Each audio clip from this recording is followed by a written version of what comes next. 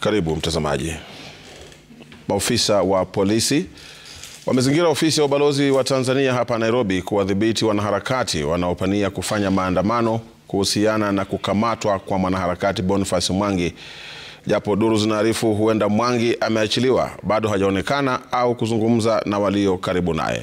Mwandishi wetu Emmanuel To anafuatana na waandamanaji hao katika eneo hilo na sasa tunaungana naye mubashara kwa taarifa zaidi.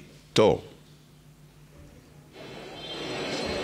Na asante sana Babu, tunakuja moja kwa moja kutoka katika afisi za ubalozi wa Tanzania hapa jijini Nairobi.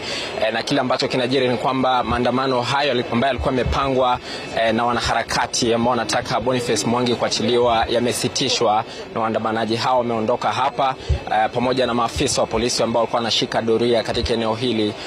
Hii ni kufuatia taarifa ambazo bado hatujahakikisha kabisa, lakini zimetoka kutoka kwa mojawapo wa wakurugenzi katika afisi ya waziri wa masuala ya nje, ambaye ametuarifu kwamba Boniface Mwangi ameachiliwa huru na kwamba alisafirishwa kwa barabara kwa gari kutoka Tanzania, manake alikuwa katika upande wa Dar es Salaam akipelekwa moja kwa moja hadi Ukunda.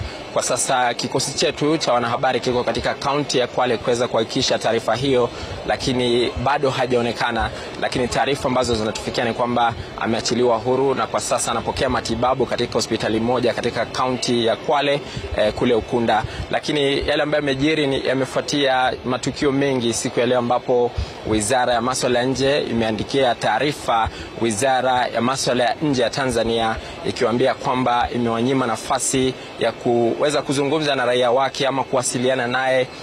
Kumbuka Boniface Mwangi amekuwa Tanzania kwa takriban siku 4 hivi tangu alipofika wiki hii ilipokuwa inaanza, pamoja na wanaharakati wengine ambao walikuwa wameenda kuhudhuria kesi ya kiongozi wa upinzani wa Tanzania Tundu Lissu, ambayo ilikuwa inaendeshwa siku ya Jumatatu na Jumanne haswa.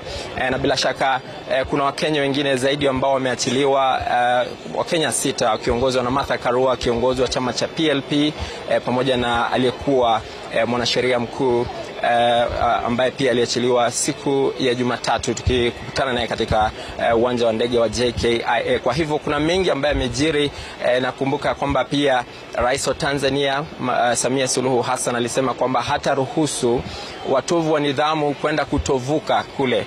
Hivyo ndivyo alivyosema, na kwa hivyo ni swala ambalo lingeleta mgogoro wa kidiplomasia, lakini kwa sasa ni kule tu ambacho kinajiri ni kwamba serikali ya Tanzania ni kama imesalimu amri na kumwachilia Boniface Mwangi. Babu.